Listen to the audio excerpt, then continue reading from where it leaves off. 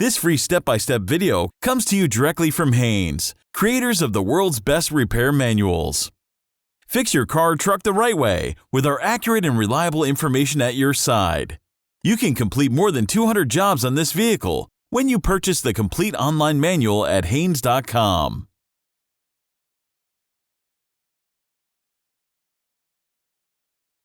Remove the engine cover.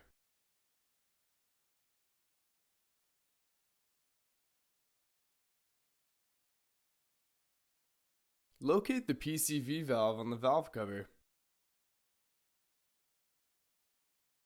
Disconnect the hose. Then remove the PCV valve.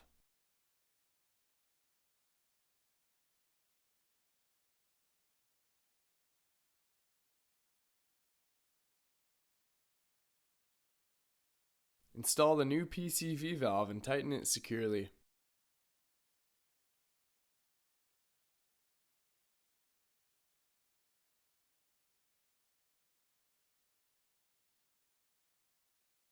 Reconnect the hose and secure the clamp.